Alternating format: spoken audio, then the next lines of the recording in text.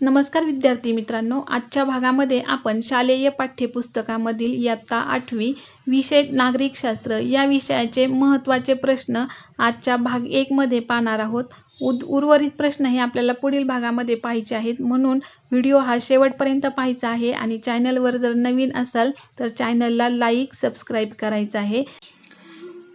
पहिला प्रश्न आहे, भारताची संसद कोणकोणत्या घटकांनी बनलेली असते? तर भारताची संसद ही राष्ट्रपती, लोकसभा व राज्यसभा या घटकांनी बनलेली आहे। पर्याय क्रमांक सी या प्रश्नाचं उत्तर आहे।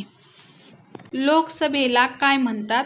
तर लोकसभेला जनतेचे सभागृह म्हणतात। पर्याय क्रमांक सी या प्रश्नाचं उत्तर असणार आहे।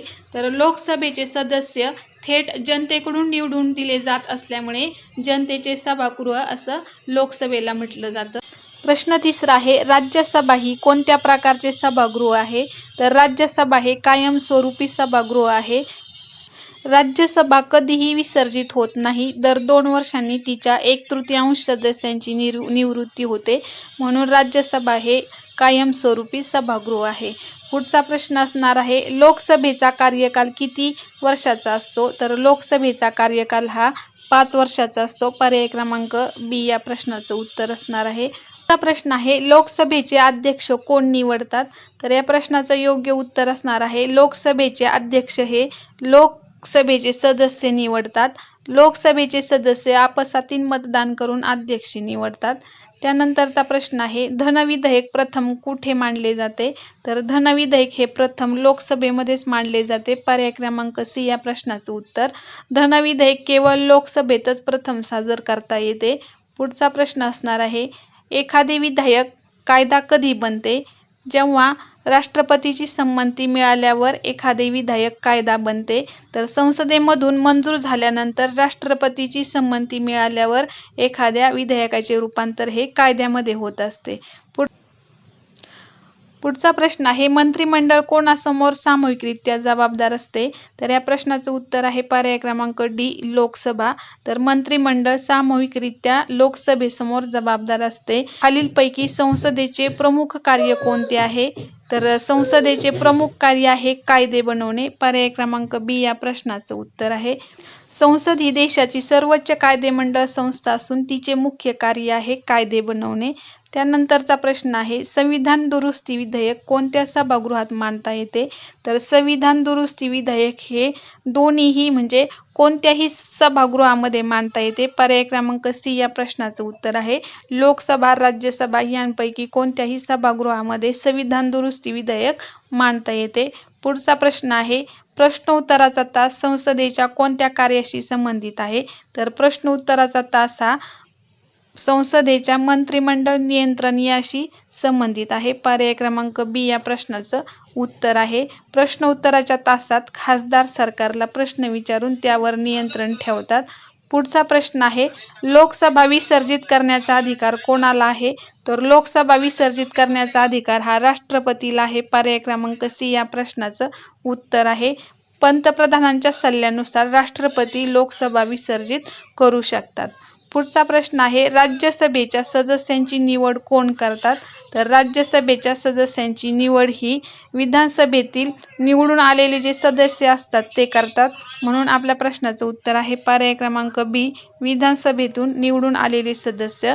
राज्यसभेचे बहुतेक सदस्य राज्य विधानसभातून निवडून आलेल्या सदस्यांद्वारेच निवडले जातात। पुढचा प्रश्न आहे, अविश्वासाचा ठराव कोणत्या सभागृहात मांडला जातो? तर अविश्वासाचा ठराव हा लोकसभेमध्ये मांडला जातो। पर्याय क्रमांक बी या प्रश्नाचं उत्तर असणार आहे, कारण मंत्रिमंडळ लोकसभेसमोर जबाबदार असल्यामुळे अविश्वासाचा ठराव हा लोकसभेतच मांडला जातो। 16वा आहे, भारताच्या राष्ट्रपतीची निवड कोणाकडून केली जाते? तर या प्रश्नाचं उत्तर असणार आहे पर्याय क्रमांक सी, संसद व राज्य विधानसभेतील निवडून आलेले सदस्य ही राष्ट्रपतीची निवड करतात। भारताच्या राष्ट्रपतीची निवड अप्रत्यक्ष पद्धतीने होते। तर खूप महत्त्वाचं वाक्य आहे, राष्ट्रपतीची निवड ही कोणत्या पद्धतीने केली जाते? हा प्रश्न परीक्षेमध्ये विचारला जाऊ शकतो। निवडणूक मंडळात संसद व राज्य विधानसभेतील निवडून आलेले सदस्य सहभागी होतात। तर खूप महत्त्वाचा प्रश्न आहे हा। पुढचा प्रश्न आहे, भारतीय संसदेचे कायदेमंडळ कोणते आहे? तर या प्रश्नाचं योग्य उत्तर आहे पर्याय क्रमांक ए, राष्ट्रपती, लोकसभा व राज्यसभा हे भारतीय संसदेचे कायदेमंडळ आहे. तर भारतीय संसद ही 3 घटकांनी बनलेली असते. त्यामध्ये राष्ट्रपती, लोकसभा आणि राज्यसभा यांचा समावेश होतो आणि हे देशाचे केंद्रीय कायदेमंडळ आहे. पुढचा प्रश्न असणार आहे, भारताच्या केंद्रीय कार्यकारी मंडळाचा प्रमुख कोण असतो? तर भारताच्या केंद्रीय कार्यकारी मंडळाचा प्रमुख हे प्रधानमंत्री असतात. पर्याय क्रमांक बी या प्रश्नाचं उत्तर असणार आहे. 19वा प्रश्न आहे, मंत्रिमंडळाची नियुक्ती कोण करतो? तर मंत्रिमंडळाची नियुक्ती हे राष्ट्रपती करतात. तर राष्ट्रपती प्रधानमंत्री यांच्या सल्ल्यानुसार मंत्र्यांची नियुक्ती करतात. पुढचा प्रश्न आहे, प्रधानमंत्री कोणत्या सभागृहातील बहुमत पक्षाचा नेता असतो? तर या प्रश्नाचं उत्तर आहे पर्याय क्रमांक बी, लोकसभा. तर साधारणतः लोकसभेत बहुमत मिळवणाऱ्या पक्षाचा नेता हा प्रधानमंत्री असतो, म्हणून आपल्या प्रश्नाचं उत्तर आहे पर्याय क्रमांक बी, लोकसभा. पुढचा प्रश्न आहे, खालीलपैकी प्रधानमंत्र्याचे महत्त्वाचे कार्य कोणते आहे?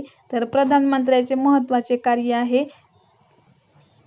पर्याय क्रमांक सी, मंत्रिमंडळाचे नेतृत्व करणे.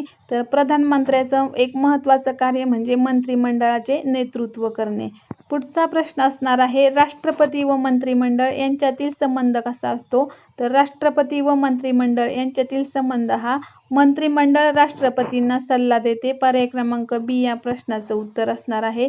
भारतीय राज्यघटनेनुसार राष्ट्रपती मंत्रिमंडळाच्या सल्ल्यानुसार कार्य करतात.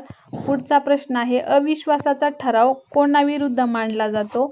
तर अविश्वासाचा ठराव हा लोकसभेला जर मंत्रिमंडळावर विश्वास नसल्यास अविश्वासाचा ठराव मांडला जातो. पर्याय क्रमांक सी, प्रधानमंत्री व मंत्रिमंडळावरती अविश्वासाचा ठराव मांडला जातो. पुढचा प्रश्न असणार आहे, अविश्वासाचा ठराव मंजूर झाल्यास काय होते? तर अविश्वासाचा ठराव मंजूर झाल्यास मंत्रिमंडळाला राजीनामा द्यावा लागतो. पर्याय क्रमांक सी या प्रश्नाचं उत्तर आहे. पुढचा प्रश्न आहे, खालीलपैकी कायदेमंडळाचे मुख्य कार्य कोणते आहे? तर कायदेमंडळाचं मुख्य कार्य आहे कायदे तयार करणे. पर्याय क्रमांक बी या प्रश्नाचं उत्तर आहे.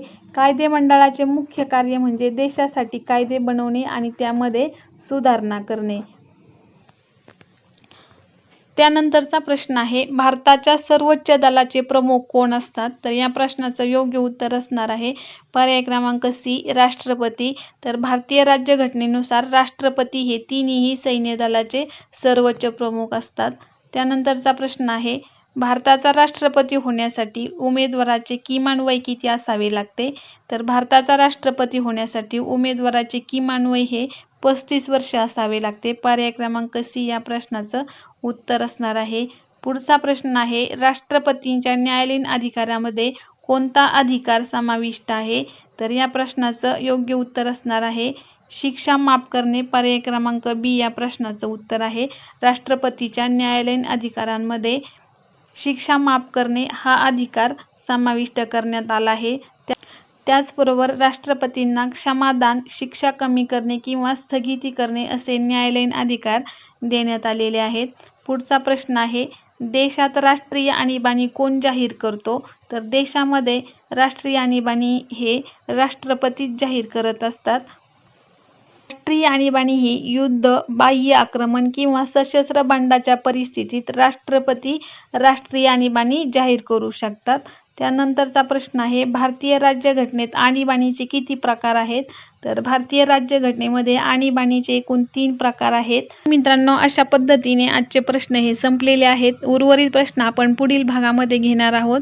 तोपर्यंत चॅनलला लाईक आणि सबस्क्राईब करून ठेवा. धन्यवाद.